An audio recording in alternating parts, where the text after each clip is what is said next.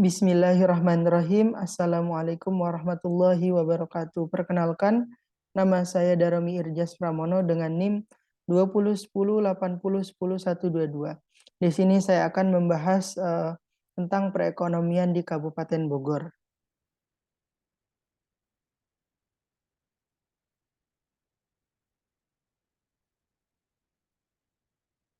Dilansir Tempo.co, sebanyak 73.000 warga Kabupaten Bogor atau 1,21% dari jumlah penduduk mengalami kemiskinan ekstrim. PLT Bupati Bogor, Iwan Setiawan, meminta semua pihak untuk bekerja sama mengatasi hal ini. PLT Bupati Kabupaten Bogor mengatakan bahwa saya yakin jika seluruh dinas bersinergi membuat kegiatan kolaborasi untuk mengatasi kemiskinan ekstrim di Kabupaten Bogor pasti bisa, katanya saat dijumpai oleh pers pada tanggal 4 Oktober tahun 2022. Menurut dia, Pemkab Bogor telah menyisihkan 2% dari dana transfer umum atau DTU untuk menstimulus masyarakat miskin melalui berbagai program yang berkaitan dengan sektor perekonomian. Iwan menerangkan 2% DTU dengan nominal sekitar 14 miliar itu terdiri atas dana alokasi umum atau DAU dan juga dana bagi hasil atau DBH. Beberapa strategi yang disiapkan yaitu adalah menyalurkan bantuan sosial kepada 1.000 pelaku usaha mikro kecil menengah atau UMKM. Kemudian menggelar operasi pasar di 40 kecamatan se-Kabupaten Bogor. Selanjutnya optimalisasi Satgas Pangan, percepatan realisasi APBD untuk Samisade, penyaluran bantuan dan insentif untuk RT, RW, guru madrasah, guru ngaji, guru diniyah, penyuluh agama, dan upaya lainnya. Iwan menuturkan ia sedang memeriksa silang terhadap data kemiskinan ekstrim yang dirilis oleh pemerintah pusat, sehingga penanganan yang dilakukan oleh Pemkab Bogor bisa tepat sasaran dan maksimal.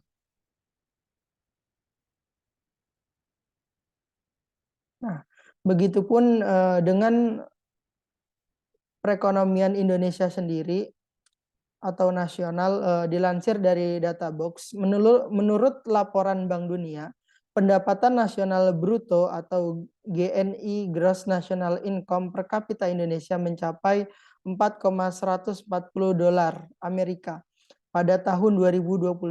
Angka ini naik dibanding tahun sebelumnya yang masih sekitar 3,870 dolar.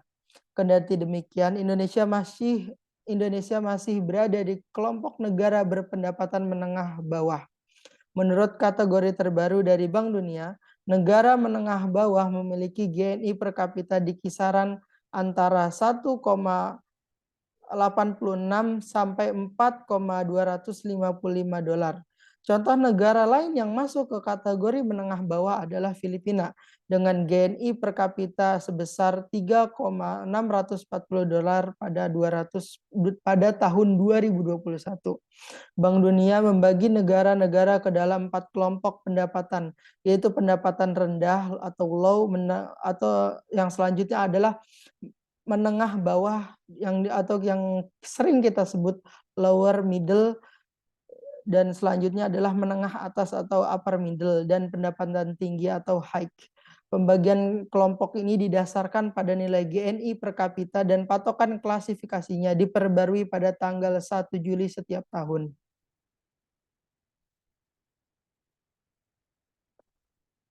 Di dalam teori perekonomian sendiri, penyebab dari kemiskinan adalah karena kondisi alamiah dan kondisi ekonomi. Nah, pertama adalah kondisi struktural dan sosial serta kondisi kultural atau budaya.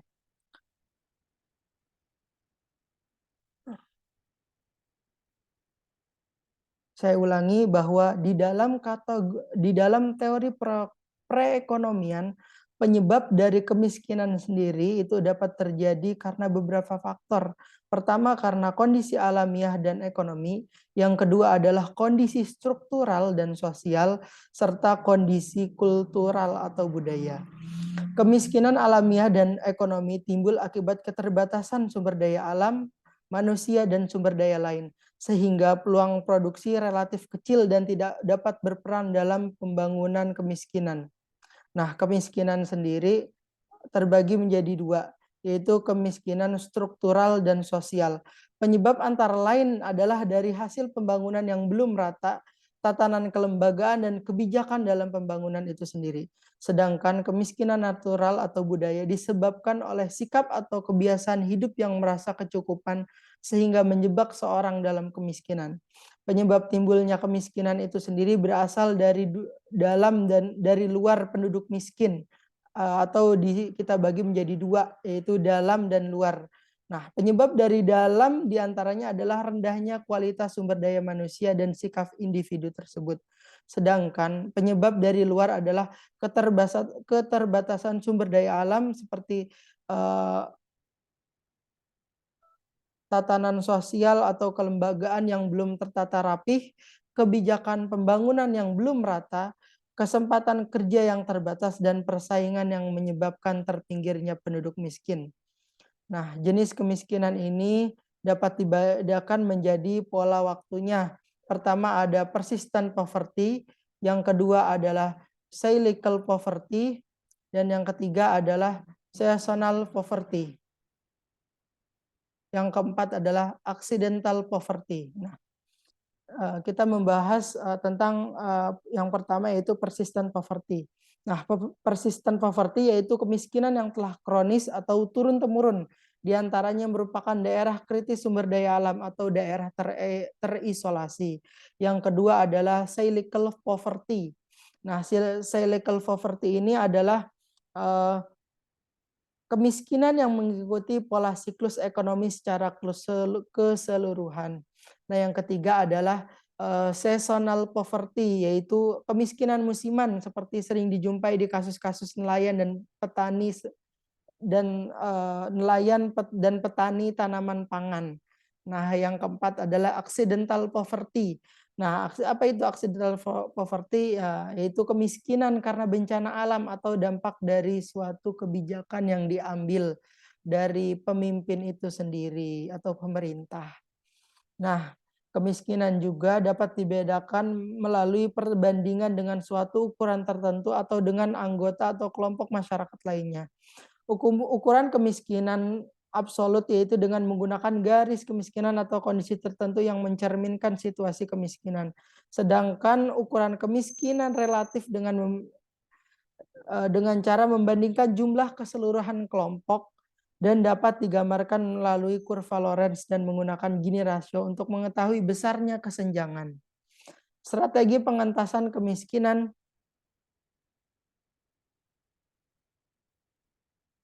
Strategi pengentasan kemiskinan yang dikemukakan oleh Bank Dunia bahwa setiap dekade strategi pengentasan kemiskinan mengalami perkembangan mulai dari penciptaan lapangan kerja, peningkatan pendapatan, pengembangan kesehatan dan pendidikan, serta perlindungan sampai dengan pemberdayaan kaum miskin. Nah, strategi memerangi kemiskinan yang dikemukakan oleh Gunnar Adler Carlson yang dikutip dalam buku Andre Bayuala pada tahun yang diterbitkan pada tahun 1981 meliputi strategi dalam jangka pendek yaitu memindahkan sumber daya kepada kaum miskin dalam jumlah yang memadai, perbaikan keadaan miskin dalam jangka pendek diantaranya adalah menciptakan kesempatan kerja, meningkatkan pendapatan dan memperbaiki distribusinya. Yang kedua adalah strategi jangka panjang yaitu dengan menumbuhkan swadaya setempat, perbaikan dalam jangka panjang sendiri dengan memperbaiki dan memenuhi harkat hidup secara individual dan sosial yang bermartabat. Nah, strategi pengentasan kemiskinan yang dilaksanakan oleh pemerintah dapat dibagi menjadi dua bagian besar. Pertama adalah melindungi keluarga dan kelompok masyarakat yang mengalami kemiskinan sementara. Dan kedua adalah membantu masyarakat yang mengalami kemiskinan kronis dengan memberdayakan dan mencegah terjadinya kemiskinan baru. Strategi tersebut selanjutnya dituangkan dalam 3 program yang langsung diarahkan pada penduduk miskin, yaitu penyediaan kebutuhan pokok, pengembangan sistem jaminan sosial, serta pengembangan budaya usaha.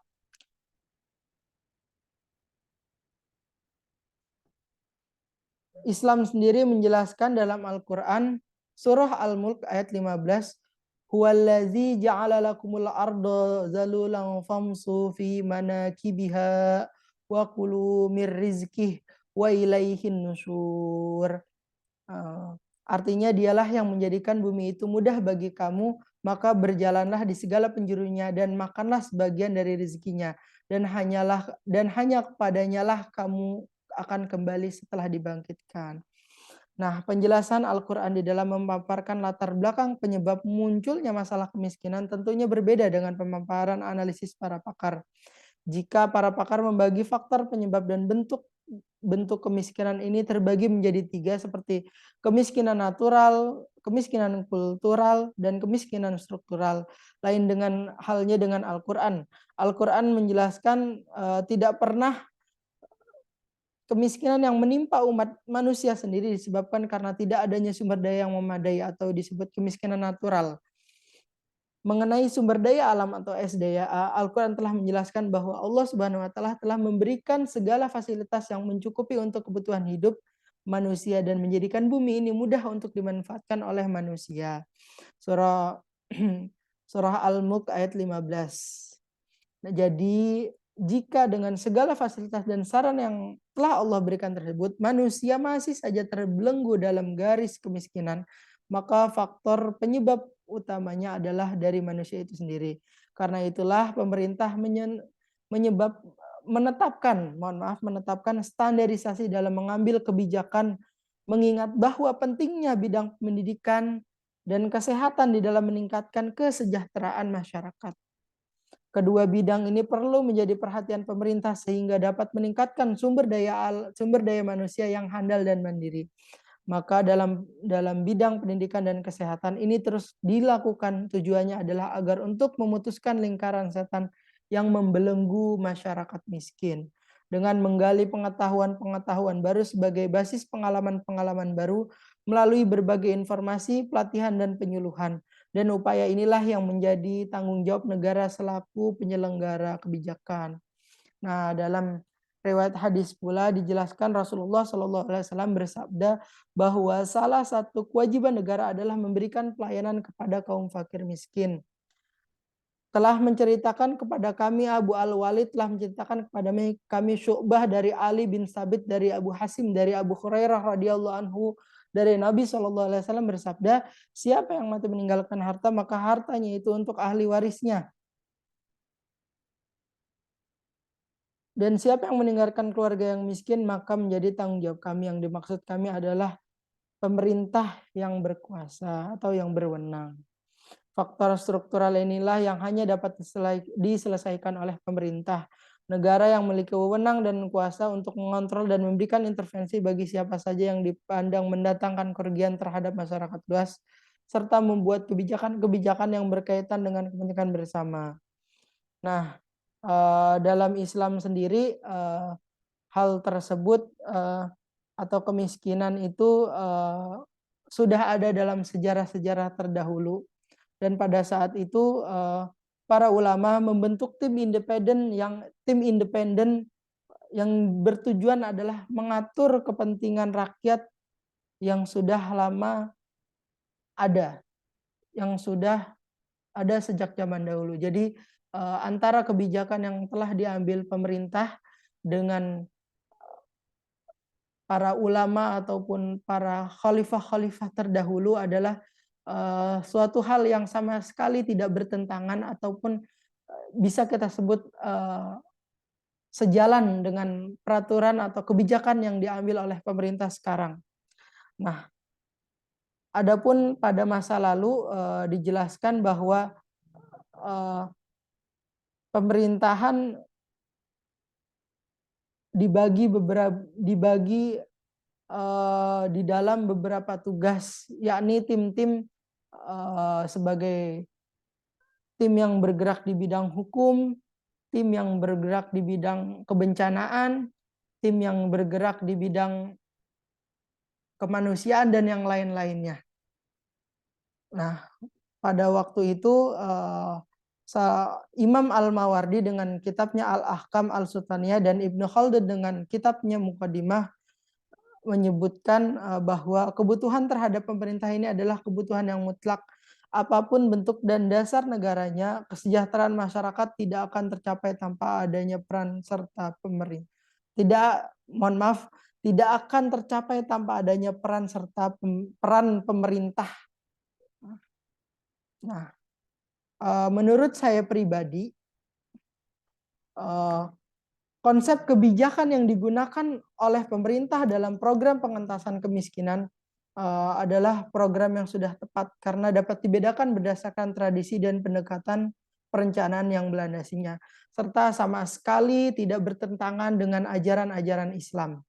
Nah, program pengentasan kemiskinan yang dilaksanakan oleh pemerintah dapat kita lihat berdasarkan model pembangunan yang mendasari program-program tersebut. Untuk melihat titik berat strategi yang dijalankan program tersebut, model pembangunan yang dianut negara berkembang secara garis besar terbagi ke dalam 4 model pembangunan. Yang pertama adalah model pembangunan 1, menitik beratkan pada pertumbuhan pendapatan nasional. Yang kedua adalah model pembangunan yang menitik beratkan pada pemerataan dan pemenuhan kebutuhan pokok atau dasar. Yang ketiga adalah atau model pembangunan 3, ini berupaya meningkatkan kualitas sumber daya manusia melalui keikutsertaan masyarakat dan kelompok atau sasaran dalam menentukan kebutuhan dan partisipasi dalam proses pembangunan. Sedangkan model pembangunan yang keempat ini adalah menitik beratkan pada peningkatan daya saing untuk menghadapi era globalisasi dan era otonomi daerah. Evaluasi program pengentasan kemiskinan yang dapat dilakukan adalah pendekatan perencanaan. Kriteria yang digunakan untuk mengevaluasi terhadap pelaksanaan program pengentasan kemiskinan ini meliputi dari penentuan sasaran dan data yang digunakan untuk menentukan sasaran serta peranan pemerintah daerah terhadap masyarakat umum yang menjadi penerima sasaran program. Dalam konteks negara ini yang berbentuk dalam konteks negara Indonesia yang berbentuk republik dengan dasar negara sebagai Pancasila, dikatakan bahwa nilai-nilai yang terkandung di dalam Islam dan juga di dalam dasar negara ini masih sejalan. Hal ini dapat dilihat pada pemaparan yang tertuang di dalam garis besar haluan negara atau GBHN. Di sana dijelaskan bahwa pembangunan ekonomi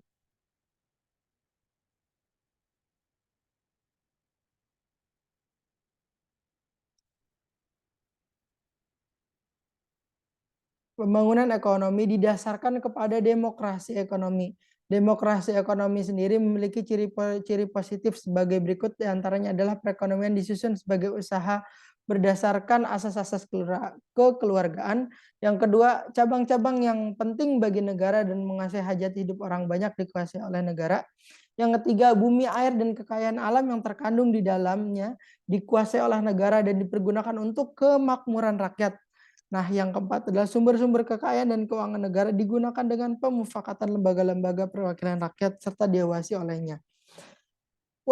Yang kelima adalah warga negara memiliki kebebasan dalam memilih pekerjaan yang dikehendaki serta mempunyai hak akan pekerjaan dan penghidupan yang layak. Hak milik perseorangan diakui dan pemanfaatannya tidak boleh bertentangan dengan kepentingan rakyat. Itu yang keenam. Dan yang ketujuh adalah potensi inisiatif dan daya kreasi setiap warga negara. Dikembangkan sepenuhnya dalam batas-batas yang tidak merugikan kepentingan umum. Yang ke-8 adalah fakir, miskin, dan anak-anak terlantar dipelihara oleh negara. 8 poin tersebut sama sekali tidak bertentangan dengan ajaran Islam. Bahkan Al-Quran memberikan petunjuk ke arah yang sama. Tanggung jawab pemerintah ini meningkatkan kebersamaan dengan perkembangan zaman dan kemajuan teknologi. Nah, jadi begitupun dengan kita, negara Indonesia ini mengadopsi ekonomi Islam, semisalnya bahwa ini pun masih sejalan dengan pendapat ulama dan ajaran-ajaran. Jadi segala peraturan yang diambil oleh pemerintah adalah demi kemaslahatan umat atau demi kesejahteraan bersama. Jadi tidak ada yang harus kita perdebatkan, bahwa pemerintah berusaha memakmurkan rakyatnya, menyejahterakan rakyatnya. Hal ini sesuai dengan hadis dan juga Al-Quran sebagai pedoman utama masyarakat atau warga muslim yang tinggal di Indonesia. Kesimpulannya adalah pemerintah berusaha semaksimal mungkin dengan kebijakan-kebijakan yang dibuat agar mengurangi tingkat kemiskinan di sebagian daerah, terutama daerah-daerah tertinggal yang belum mendapatkan pemerataan ekonomi. Hanya itu yang bisa saya sampaikan. Kurang lebihnya mohon maaf.